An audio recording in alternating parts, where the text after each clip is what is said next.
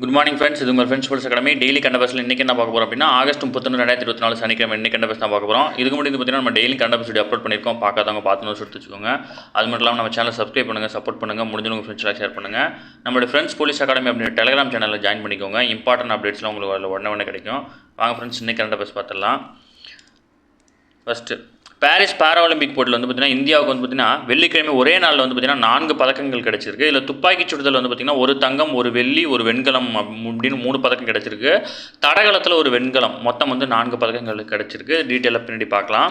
அடுத்து வந்து பார்த்திங்கன்னா அமெரிக்காவில் வந்து பார்த்திங்கன்னா 6 நிறுவனங்களுடன் வந்து பார்த்திங்கன்னா தமிழக அரசு வந்து பார்த்திங்கன்னா ஒப்பந்தம் மேற்கொண்டிருக்காங்க. இதில் வந்து பார்த்திங்கன்னா அமெரிக்காவின் சான் பிரான்சிஸ்கோ நகரில் நடைபெற்ற முதலீட்டாளர்கள் மாநாட்டில் வந்து பார்த்திங்கன்னா முதல்வர் மு க ஸ்டாலின் தலைமையில் வந்து பார்த்திங்கன்னா இந்த 6 ஒப்பந்தம் வந்து கையெழுத்தாயிருக்கு. இதில் நோக்கியோ மற்றும் பேபால் நிறுவனங்களுடன் வந்து பார்த்திங்கன்னா ஒப்பந்தம் வந்து மேற்கொண்டிருக்காங்க. இதில் நோக்கியோ நிறுவனம் வந்து பார்த்திங்கன்னா தங்களுடைய புதிய ஆராய்ச்சி மற்றும் மேம்பாட்டு மையத்தை வந்து அமைக்க இருக்கிறாங்க. பேபால் நிறுவனம் வந்து பார்த்திங்கன்னா அவங்களும் வந்து பார்த்திங்கன்னா பேபால் நிறுவனம் சென்னையில் சுமார் 2500க்கும் மேற்பட்ட பணியாளர்களை கொண்டு இயங்கி வருது. இந்த நிறுவனம் வந்து பார்த்திங்கன்னா தமிழ்நாட்டில் செயற்கை நுண்ணறிவுக்கான மேம்பாட்டு வளர்ச்சி மையத்தை வந்து நிறுவ இருக்கிறாங்க. ஓகேங்களா. அப்புறம் வந்து பார்த்திங்கன்னா ஈல்ட் இன்ஜினியரிங் மைக்ரோசிப் நிறுவனம், இது ரெண்டுமே வந்து பார்த்திங்கன்னா செமிகண்டக்டர் உற்பத்திக்கான நிறுவனங்களை வந்து பார்த்திங்கன்னா அமைக்க இருக்கிறாங்க. இதில் அது மட்டும் இல்லாமல் இன்ஃபிங் ஹெல்த் கேர் அப்படின்ற அது மட்டும் இல்லாமல் அப்ளைடு மெட்டீரியல்ஸ், இந்த 2 நிறுவனங்களும் வந்து பார்த்திங்கன்னா சென்னையில் வந்து பார்த்திங்கன்னா அமைக்க இருக்கிறாங்க. டீட்டெயில் இருக்குது, நான் கட் பண்ணி உங்களுக்கு அனுப்புகிறேன். நீங்கள் ஃபுல்லாக டீட்டெயிலாக படிச்சுக்கோங்க. இதுக்கு மேலே ஒன்று கேட்கறதுக்கு வாய்ப்பு இல்லை. இன்னும் வந்து பார்த்திங்கன்னா அவருடைய பயணம் முடியல, இன்னும் டீட்டெயில்டாக நிறைய பார்க்க வேண்டியது, அதனால் லைட்டாக பார்த்துருக்கோம். இன்றைக்கி வந்து பார்த்திங்கன்னா சென்னையில் ஃபார்முலா 4 ரேஸ் வந்து பார்த்திங்கன்னா நடக்குது. நம்ம டெய்லி பார்த்துட்ருக்கோம். டேட் நோட் பண்ணிக்கோங்க. அடுத்து தமிழகத்தில் ஆண்டுதோறும் 2% பட்டதாரிகளை வந்து பார்த்திங்கன்னா தொழில் முனைவோராக மாற்றுவதற்கு வந்து பார்த்திங்கன்னா தமிழ்நாடு அரசு வந்து பார்த்திங்கன்னா இலக்கு நிர்ணயம் பண்ணியிருக்காங்க. ஓகேங்களா, இது ஞாபகம் வச்சுக்கோங்க. அடுத்து தமிழகத்தில் வந்து பார்த்திங்கன்னா விவசாயத்துக்காக முதலில் நீரேற்று திட்டமான அத்திக்கடவு அவிநாசி நீர் செறிவூட்டும் திட்டத்தின் வாயிலாக வந்து பார்த்திங்கன்னா கோவை, திருப்பூர், ஈரோடு மாவட்டங்கள் வந்து பார்த்திங்கன்னா 1045 குளங்கள் குட்டைகள் வந்து பார்த்திங்கன்னா நீர் நிரப்பு உதவும் திட்டப்பணிகள் வந்து பார்த்திங்கன்னா 1916 கோடி ரூபாய் மதிப்பீட்டில் வந்து பார்த்திங்கன்னா நிறைவடைஞ்சிருக்கு. குறிப்பாக 1957ஆம் காலகட்டத்தில் வந்து பார்த்திங்கன்னா அத்திக்கடவு அவிநாசி கால்வாய் திட்டம் வந்து பார்த்திங்கன்னா கொண்டு வரப்பட வேண்டும்னு வந்து பார்த்திங்கன்னா ஃபஸ்ட்டு 1967 அப்போதைய அவிநாசியோட சட்டப்பேரவை உறுப்பினராக இருந்த மாரப்ப கவுண்டர் அவர் தான் வந்து பார்த்திங்கன்னா இந்த திட்டத்தை வந்து பார்த்திங்கன்னா காமராஜர் அவர்களுக்கு வந்து பார்த்திங்கன்னா எடுத்து வச்சிருக்காரு. அதுக்கப்புறம் வந்து பார்த்திங்கன்னா 1972ஆம் ஆண்டு திட்டத்தை செயல்படுத்த கொள்கை முடிவு எடுக்கப்பட்டது. அதுக்கப்புறம் 1996 திமுக ஆட்சிக்கு வந்ததுக்கப்புறம் வந்து பார்த்திங்கன்னா முதல்வர் கருணாநிதி அவர்கள் தான் வந்து பார்த்திங்கன்னா அதை நடைமுறைப்படுத்த வந்து உத்தரவிட்டார். காவிரி தொழில்நுட்ப குழு தலைவராக இருந்த மோகன கிருஷ்ணன் அவருடைய ஆய்வறிக்கை வந்து அவர் தலைமையில் ஆய்வறிக்கை வந்து பார்த்திங்கன்னா சமர்ப்பிச்சிருக்காங்க. அதன் பிறகு 2014 முதல்வராக இருந்த ஜெயலலிதா வந்து பார்த்திங்கன்னா இந்த திட்டம் வந்து பார்த்திங்கன்னா மத்திய அரசனுடைய நிதி இல்லைனாலும் வந்து பார்த்திங்கன்னா செயல்படுத்தப்படும் அப்படின்னு சொல்லிட்டாங்க. அது மட்டும் இல்லாமல் அதுக்கப்புறம் வந்து பார்த்திங்கன்னா பாசன திட்டங்கள் குறித்து பிரதமர் மோடி அவர்கள் வழங்கிய விரிவான திட்ட அறிக்கையில் வந்து பார்த்திங்கன்னா இந்த திட்டமும் வந்து பார்த்திங்கன்னா இடம்பெற்றிருந்துச்சு. பிறகு ஜெயலலிதா அம்மா மறைவுக்கு பிறகு வந்து பார்த்திங்கன்னா 2018ஆம் ஆண்டு அப்போதைய முதல்வராக இருந்த எடப்பாடி பழனிசாமி அவர்கள் வந்து பார்த்திங்கன்னா இந்த திட்டத்தை வந்து பார்த்திங்கன்னா முழு வீச்சில் செயல்படுத்தணும்னு சொல்லியிருந்தார். அதுக்கு வந்து பார்த்திங்கன்னா மொத்தமாக 1652 கோடி வந்து பார்த்திங்கன்னா ஒதுக்கப்பட்டுச்சு. 2019ஆம் ஆண்டு பிப்ரவரி 8 வந்து பார்த்திங்கன்னா திருப்பூர் மாவட்டம் அவிநாசி புதுப்பாளையம் நடைபெற்ற பிரம்மாண்ட விழாவில் வந்து பார்த்திங்கன்னா அப்போதைய முதல்வர் எடப்பாடி பழனிசாமி தலைமையில் வந்து பார்த்திங்கன்னா அத்திக்கடவு அவிநாசி திட்டத்துக்கு வந்து பார்த்திங்கன்னா அடிக்கல் நாட்டப்பட்டுச்சு. ஓகேங்களா.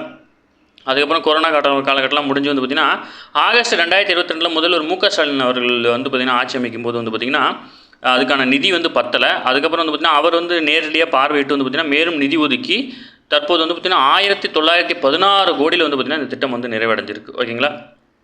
இந்த திட்டத்தின் வழி பார்த்திங்கன்னா விவசாய பயன்பாட்டுக்கு பம்பிங் வாயிலாக நீர் விநியோகிப்பது வந்து பார்த்திங்கன்னா இதுதான் ஃபஸ்ட் டைமு. பவானி ஆற்றின் உபரியிலிருந்து வெளியேறும் நீரங்களை வந்து பார்த்திங்கன்னா காளிங்கராயன் அணைக்கட்டு பகுதியில் தேக்கி ஆண்டுக்கு 70 நாட்கள் வினாடிக்கு 250 கன அடி வீதம் வந்து பார்த்திங்கன்னா 1.5 டிஎம்சி நீரை பெற வந்து பார்த்திங்கன்னா இந்த திட்டம் வந்து திட்டமிடப்பட்டிருக்கு. ஓகேங்களா. இதை பற்றி டீட்டெயில் இவ்வளோ தான், இது மட்டும் நோட் பண்ணிக்கோங்க. அடுத்து மத்திய அமைச்சரவை செயலராக வந்து பார்த்திங்கன்னா டி.வி. சோமநாதன் வந்து பார்த்திங்கன்னா பொறுப்பேற்றிருக்காரு. இவர் ஆல்ரெடி பொறுப்பேற்க போகிறாருன்னு பார்த்தோம். அவருடன் வந்து பார்த்திங்கன்னா பொறுப்பேற்றுட்டார். ஓகேங்களா. அதேமாதிரி வந்து பார்த்திங்கன்னா இந்தியாவுடைய தேசிய பாதுகாப்பு ஆலோசகர் யாருன்னா அஜித் தோவால். ஓகேங்களா. இவர் தான் அஜித் தோவால் பேர் ஞாபகம் வச்சுக்கோங்க. இந்திய தேசிய பாதுகாப்பு ஆலோசகர். அடுத்து தமிழ் மொழியில் சிறப்புகளை உலகமெங்கும் பரவச் செய்யும் பொருட்டு வந்து பார்த்திங்கன்னா ஆங்கிலம் உள்ளிட்ட பிற மொழிகளில் மொழிபெயர்க்கப்பட்ட சிறந்த தமிழ் நூல்களில் வந்து பார்த்திங்கன்னா உலகெங்கும் உள்ள புகழ்பெற்ற 100 பல்கலைக்கழகங்களுக்கு வந்து பார்த்திங்கன்னா அனுப்ப இருக்கிறாங்க. இதன்படி வந்து பார்த்திங்கன்னா தமிழ் மொழி சிறப்புமிக்க நூல்களாக கருதப்படும் 50 சிலப்பதிகாரம், மணிமேகலை, குண்டலகேசி, வளையாபதி, சீவக சிந்தாமணி, 5 காப்பியங்களான உதயகுமார காவியம், நாககுமார காவியம், யசோதர காவியம், சூளாமணி, நீலகேசி, சங்க இலக்கிய நூல்கள், 10 பாட்டு நூல்கள் இது எல்லாத்தையுமே வந்து பார்த்திங்கன்னா தலைசிறந்த 100 பல்கலைக்கழகங்களுக்கு வந்து பார்த்திங்கன்னா அனுப்ப இருக்கிறாங்க. ஓகேங்களா. அடுத்து 22வது சட்ட ஆணையத்தினுடைய பதவிக்காலம் வந்து பார்த்திங்கன்னா நிறைவடைஞ்சிருச்சு. 22வது சட்ட ஆணையத்தினுடைய பதவிக்காலம் சனிக்கிழமையோட நிறைவடைது. ஓகேங்களா. கடந்த 2020 பிப்ரவரி மாதம் வந்து பார்த்திங்கன்னா 3 ஆண்டுகள் பதவிக்காலத்துடன் 22வது சட்ட ஆணையம் வந்து அமைக்கப்பட்டது. 2023 பிப்ரவரியில் வந்து பார்த்திங்கன்னா இந்த ஆணையத்தோட பதவிக்காலம் வந்து முடிஞ்சிருச்சு. மேலும் வந்து பார்த்திங்கன்னா 1 ஆண்டுகள் வந்து நீட்டிக்கப்பட்டது. இந்த ஆணையத்தோட தலைவராக வந்து பார்த்திங்கன்னா கடந்த 2022 நவம்பரில் பதவியேற்ற முன்னாள் நீதிபதி ரிதுராஜ் அவஸ்தி. ஓகேங்களா. இவர் சில மாதங்களுக்கு முன்பு பார்த்திங்கன்னா லோக்பாலோட அமைப்போட உறுப்பினராக வந்து நியமிக்கப்பட்டிருக்காரு. அதன் பிறகு தலைவரே இல்லாமல் வந்து பார்த்திங்கன்னா செயல்பட்டு வந்துச்சு. இப்போ 22வது சட்ட ஆணையத்தினுடைய பதவிக்காலம் வந்து பார்த்திங்கன்னா நிறைவடைய இருக்குது. அடுத்து வந்து பார்த்திங்கன்னா மகாராஷ்டிரத்துக்கு வெள்ளிக்கிழமை வருகிறது இந்த பிரதமர் நரேந்திர மோடி அவர்கள் வந்து பார்த்திங்கன்னா பால்கர் மாவட்டத்தில் 76,000 கோடி மதிப்பீட்டில் வாத்வான் துறைமுகம் திட்டத்துக்கு வந்து பார்த்திங்கன்னா அடிக்கல் நாட்டியிருக்கார். ஓகேங்களா. வாத்வான் துறைமுக திட்டம் எங்கே செயல்படுத்திருக்கிறாங்கன்னா மகாராஷ்டிரா மாநிலத்தில். ஓகேங்களா. கடந்த 2014ஆம் ஆண்டில் நாட்டில் மீன் உற்பத்தி வரும் வந்து பார்த்திங்கன்னா 8 மில்லியன் டன்னாக இருந்தது. தற்போது 17 மில்லியன் டன்னாக அதிகரிக்கிறது அப்படின்னு சொல்லியிருக்கிறாரு. அது மட்டும் இல்லாமல் இந்தியா பேமெண்ட் கவுன்சில் மற்றும் இந்திய தேசிய பேமெண்ட்ஸ் நிறுவனம், நிதி தொழில்நுட்ப ஒருங்கிணைப்பு கவுன்சில் ஆகியவற்றின் சார்பில் வந்து பார்த்திங்கன்னா மும்பையில் நடைபெற்ற 5வது ஃபின்டெக் விழா, அந்த விழாவில் வந்து பார்த்திங்கன்னா பிரதமர் மோடி அவர்கள் கலந்துட்டு இருந்திருக்கிறாரு. இது வந்து பார்த்திங்கன்னா 5வது முறையாக இந்த ஃபின்டெக் விழா வந்து பார்த்திங்கன்னா நடைபெறுது. 2026ஆம் ஆண்டில் 29ஆம் ஆண்டில் நடைபெறும் 10வது ஃபின்டெக் விழாவிலும் நான் பிரதமராக பங்கேற்பேன் அப்படின்னு சொல்லியிருக்கிறார். ஓகேங்களா. அடுத்து அரசியலமைப்பு சட்டப்பிரிவின் 293வது பிரிவு வந்து பார்த்திங்கன்னா மாநிலங்கள் கடன் வாங்கும் விவகாரத்தை வந்து கையாளுது. இந்த பிரிவு வந்து பார்த்திங்கன்னா உச்சநீதிமன்றத்தின் அதிகாரப்பூர்வ விளக்கத்துக்கு வந்து பார்த்திங்கன்னா இதுவரை உட்படுத்தப்படவில்லை. அதனால் வந்து பார்த்திங்கன்னா இது இந்த பிரிவை வந்து பார்த்திங்கன்னா பற்றி ஆலோசனை செய்கிறதுக்காக வந்து பார்த்திங்கன்னா விரைவில் அரசியல் சாசன அமர்வு வந்து பார்த்திங்கன்னா விசாரணை நடத்தும் அப்படின்னு சொல்லியிருக்கிறாங்க. ஓகேங்களா. உச்சநீதிமன்ற நீதிபதியாக இருந்த ஹீமா கோலி வந்து பார்த்திங்கன்னா ஓய்வு பெற இருக்கிறாங்க. ஓகேங்களா. பேர் மட்டும் ஞாபகம் வச்சுக்கோங்க. அடுத்தது நம்ம மேலேயே பார்த்தோம் இல்லையா, அதை வந்து பார்த்திங்கன்னா பாரிஸ் பாரா ஒலிம்பிக் போட்டியில் வந்து பார்த்திங்கன்னா இந்திய அணிக்கு வந்து பார்த்திங்கன்னா அவனி லெஹரா வந்து பார்த்திங்கன்னா ஆல்ரெடி வந்து பார்த்திங்கன்னா தன்னுடைய சாதனையை முறியடிச்சு இந்த முறையும் வந்து பார்த்திங்கன்னா தங்கம் ஜெயிச்சிருக்காங்க. ஓகேங்களா. 2020 டோக்கியோ பாரா ஒலிம்பிக் போட்டியில் இதே பிரிவில் அவங்க வந்து பார்த்திங்கன்னா 249.6 புள்ளிகளை பெற்று பாரா ஒலிம்பிக் சாதனை தங்கம் வென்றாங்க. தற்போது பாரிஸ் ஒலிம்பிக் மூலம் தனது சாதனையை அவங்களே முறியடிச்சு 249.7 புள்ளிகளுடன் தங்கத்தை வந்து தக்க வச்சுருக்காங்க. அது மட்டும் இல்லாமல் மகளிருக்கான T35 100 மீட்டர் ஓட்டத்தில் வந்து பார்த்திங்கன்னா இந்தியாவின் பிரீத்தி பால் வந்து பார்த்திங்கன்னா 14.21 வினாடியில் வந்து பார்த்திங்கன்னா இலக்கியட்டி 3ஆம் இடம் பிடித்து வெண்கலம் வென்றிருக்கிறாங்க. ஓகேங்களா. அடுத்து இன்று வந்து பார்த்திங்கன்னா தெற்காசியாவிலே முதல் முறையாக சென்னையில் வந்து பார்த்திங்கன்னா சாலையில் நடைபெறும் இரவு நேர ஃபார்முலா 4 கார் பந்தயம் வந்து பார்த்திங்கன்னா இன்றைக்கி தொடங்க இருக்குது. ஞாபகம் வச்சுக்கோங்க.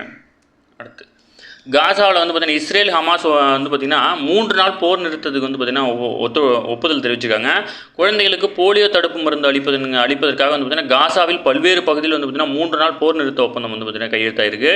இந்த பகுதியில் 25 ஆண்டுகளுக்கு பிறகு முதல் முறையாக ஒரு குழந்தைக்கு வந்து பார்த்திங்கன்னா போலியோ பாதிப்பு வந்து கண்டறியப்பட்டிருக்கு.